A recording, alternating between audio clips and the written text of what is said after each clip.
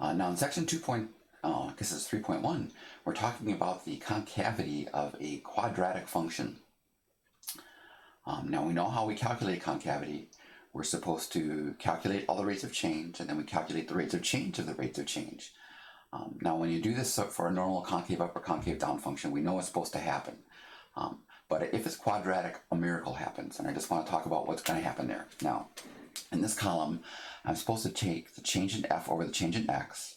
The change in f is going to be 79.5 minus 50.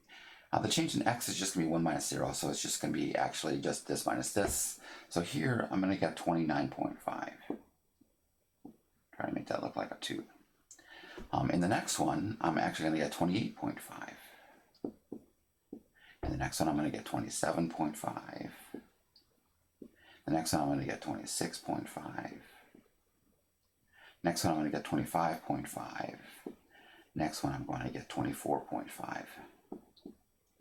Now, to find the rates of change of the rates of change, watch what happens. This only happens if it's quadratic. This minus this is negative 1. This minus this is negative 1. This minus this is negative 1. This minus this is negative 1. This is negative 1. Now, the negativeness of the negative 1 tells us that that graph is concave down. Great. But if it's quadratic, right, when you calculate the rate of change of the rate of change, it's always constant. That's the cool thing about quadratic functions. That's how you can tell the data is quadratic. If the rates of change of the rates of change is constant.